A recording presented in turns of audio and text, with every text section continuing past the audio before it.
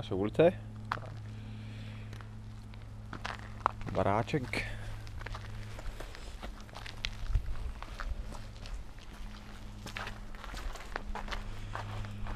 Je hlavní vchod paní domácí.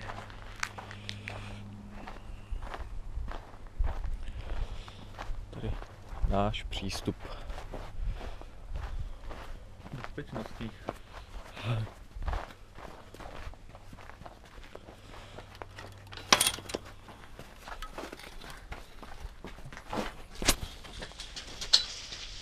Máme bazén.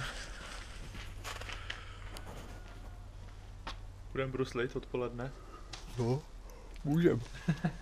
Musím si koupit brusle, ale. Tak jo. Tady ta Pixel, to je výrivka. A ty činky hlavně jsou důležitý. No, činky. To je reznou, no. Aha. Aktuální informace.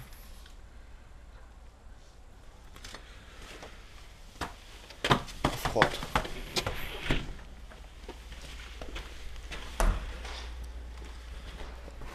Tady je jakože jídelna. Tak. Jakože jídelna.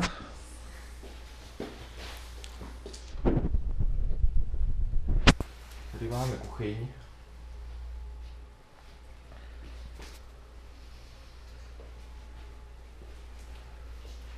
Ubývák s nějakou koženou nechutně měkkou sedačkou, ve který se nedá ani sedět pomalu. Televize, plynový krb, Funguje. který funguje, akorát, že ho nesmíme používat, protože je to všechno strašně drahý. Teda prej.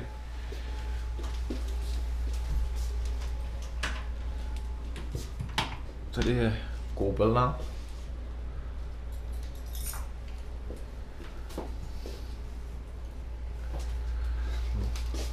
Vysavač neukážem. Vysavač, jo, máme. Máme Vysavač. Speciální vysavač. To je tak kobra. To se zdá, že tohle je jenom půlka, ale ono je tady centrální vysávání, takže... Jasně. Takže tam vlastně všechno. A tady náš pokoj, no. Tak jo. Tada. Jasně, teda. No, takže asi tak.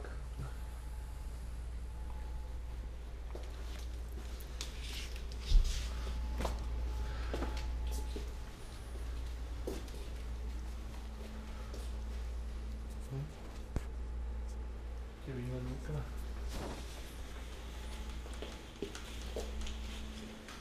No, tady z tohohle okna vidíme na výřivku. Kus zahrady. A tak no, asi kus zahrady. Pravidla na tom. Pravidla To- bydlení na dveřích tady. Jednoduché pravidla. Tak. Samozřejmě máme přečtený už několikrát. Ach. Tady je výhled z okna na Vernon. Aspoň část malou. Asi si přístroj. Důležitý. Jo, ještě jsme ho teda nepoužili, což je skoro divný, ale... To je fakt.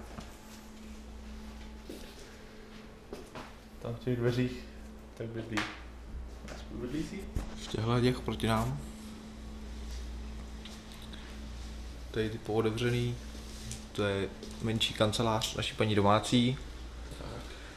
Tyhle ty vedle to je nějaká další vystavěná skříň. Nevím, co tam je. Taky nevím. Neskoumáme. Jinak prát chodíme nahoru na paní domácí. To asi dneska půjdeme znova. Přesně tak. Asi asi po 6.